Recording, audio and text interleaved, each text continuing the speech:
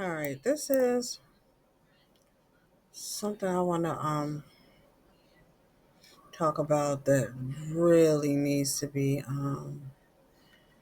We don't really have real activists because um, this is WB. WB passed away about maybe. I think he passed away like 2018 or 19, maybe. WB had been on the street his whole life. He went to Virginia State, which is a HBCU here in Petersburg, Virginia, in the Ettrick area. So it's Ettrick, Petersburg, Colonial Heights, Virginia, and it's also near Pocahontas Islands, um, where the islands were named after the Virginia Indian Pocahontas. Well, WB is originally from Richmond, the capital of Virginia. He is a homeless advocate, or was a homeless advocate at the time, and he would always try to help the homeless and let them know what their rights were, where they could go for the cold shelter. But the whole time that WB was doing this, my dad has always known WB because they're activists. Like WV is an advocate, a homeless advocate. My dad is a longtime activist, as you can see.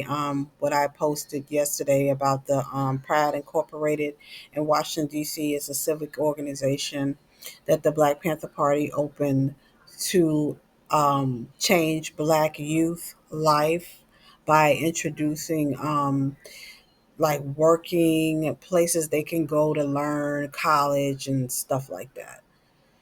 So WB is a college, he's a college graduate, but he was on the street. And I could not understand how that went together.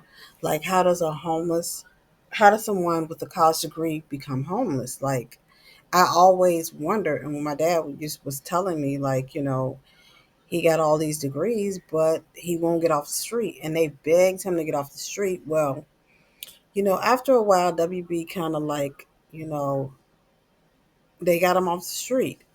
And he did not like it. He wanted to go back on the street because he had been on the street for so long. And, public med, let me see, let me pull it up. Public med, let me say something.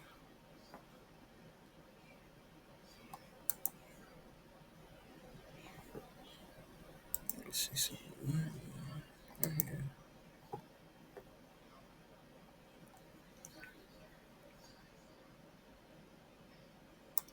Okay, so this is the National Library of Medicine. And it says, is urban living good for mental health? Um, Purpose of review. The question of urban living, mental health, and well being are complex issues correlated to many interacting factors.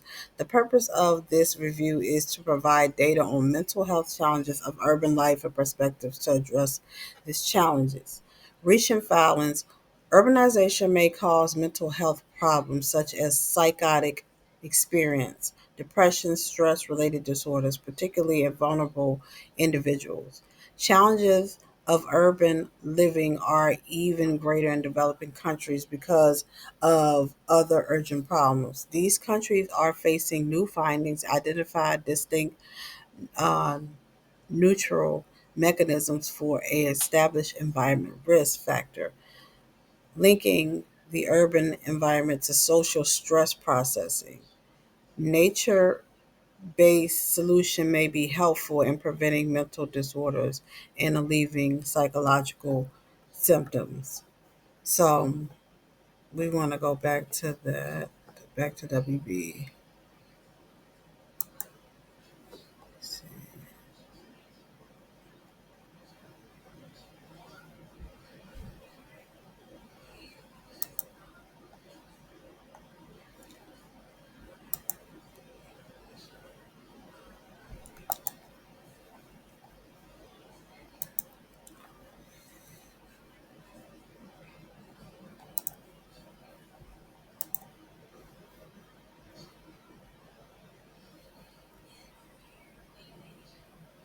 Yeah, but so this is WB. So I had a chance to talk to him a couple of times because my dad would ask me to help him out with learning or finding how to get the deed to his mother's house so he could fix it up and live in it.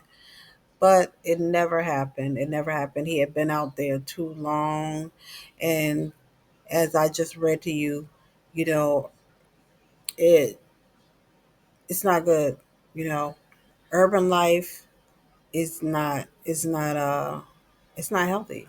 It causes stress and depression and living, in these towns and these centers with no water, no trees, no wilderness where you can kind of like get fresh air. Yeah, I think you would probably have issues. So I wanted to go over this real quick because I've been thinking about WB a lot and just like,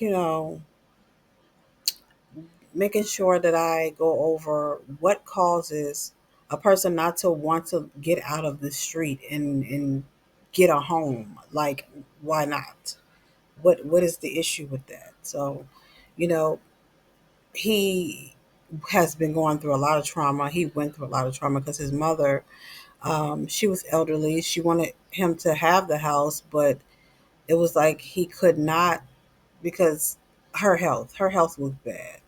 So I think that bothered him a lot. And they got him an apartment. He didn't want to pay. He didn't want to do anything because again, this man has been through a lot. He's been here a long time. He's very smart. Very smart. I remember having a long conversation with him. He's very smart, but living out somewhere too long and not getting out of the cold. And I think he just cared more about everybody else because he helped all these people that you see in this park. He helped them get there and help them take care of themselves. He helps people, help them feed everyone. And he's not here anymore. So sometimes when I do go to Richmond and I see people standing along looking for food and stuff, and I'm like, wow, well, WB's not here anymore to make sure that they are getting their coffee like he holding up and food in the park because that's what they were doing. So, like, share, subscribe, Salombi. Have a great day. There is a push to help the city's most vulnerable residents, the homeless community. More than a dozen organizations are coming together and calling on the city to declare a homeless state of emergency. And the call comes as they say families without homes continue to suffer in the streets. Our Tyler Lane attended the meeting they held today, and he explains now the changes they're hoping to see. Flowers now rest on the steps of this abandoned church in South Richmond, marking the spot where this woman, known as Miss Linda, without housing, died last week. Out in the elements, on a busy street, just one block over from a shuttered homeless shelter. We are now taking this public stand and sounding the alarm for a call to action. Now, these nonprofit leaders are turning their grief into frustration, pleading that city leaders step up to support the homeless community. We must help them somehow. They are dehydrated. They are hungry. The issue is getting worse across the region. At any point in time, data shows that 690 people in Central Virginia are experiencing homelessness, and the number of people staying in unsheltered conditions jumped by 121% since last year.